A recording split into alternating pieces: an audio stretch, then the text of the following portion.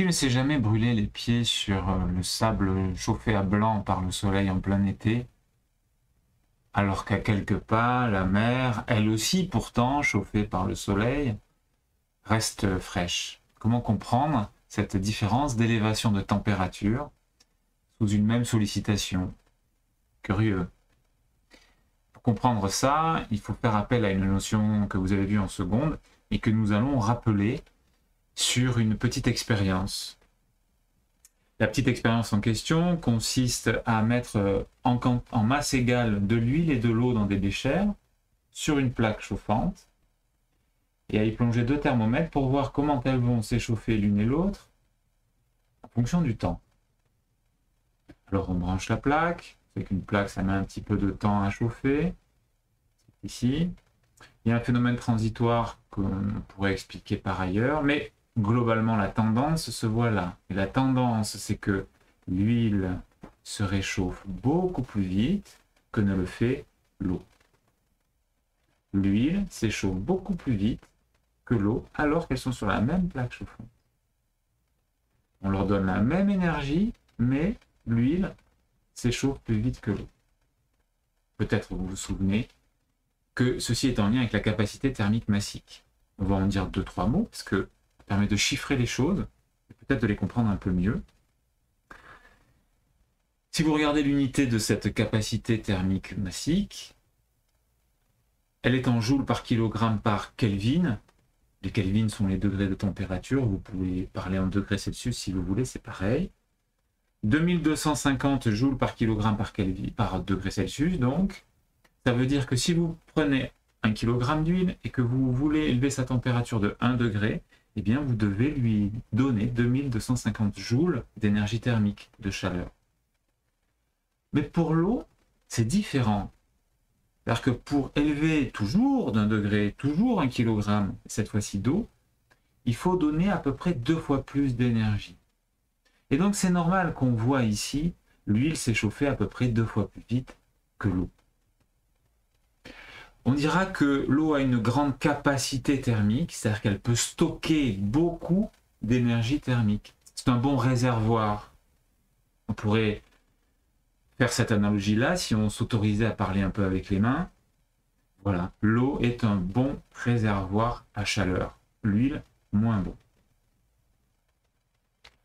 Alors voyons les conséquences de cette capacité thermique massique de l'eau sur un phénomène météo.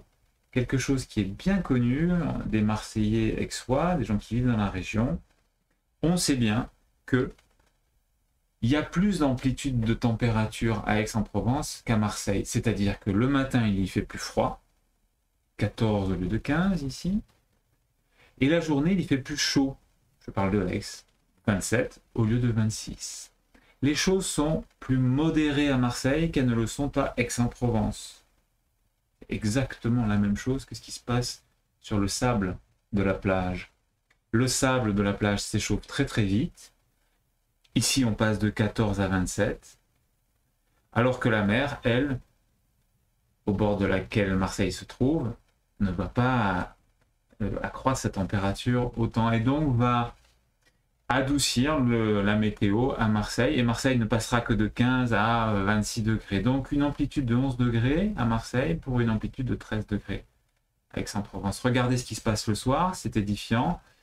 La température diminue beaucoup plus vite à Aix qu'à Marseille. C'est le même phénomène en sens inverse. Et il se passe exactement la même chose la nuit sur la plage. Si vous avez passé une soirée sur le sable, vous savez bien qu'on y a vite assez froid. Et qu'il peut même être très agréable d'aller nager dans la mer alors que sur le sable on a froid. Si on passe au niveau du climat maintenant, des données climatiques, avec des nombres moyens, avec Aix-en-Provence, Marignane au bord de l'étang de Berre et puis en bas Marseille au Vieux-Port. Si on compte en moyenne le nombre de gelées qu'on trouve par an, à Aix-en-Provence on est à 60 jours à peu près. On n'est qu'à 20 km ou 25 km de Marseille et de Marignane. Et pourtant, donc à 25 km de là, à Marignane, il n'y a que la moitié du nombre de jours de gelée, 30. Et moi qui vis au Vieux-Port depuis 20 ans, je n'ai vu qu'une seule fois une gelée. C'est-à-dire qu'en moyenne, il y a 0 jour de gelée par an au Vieux-Port. Là encore, on voit l'effet modérateur de la mer sur les variations de température.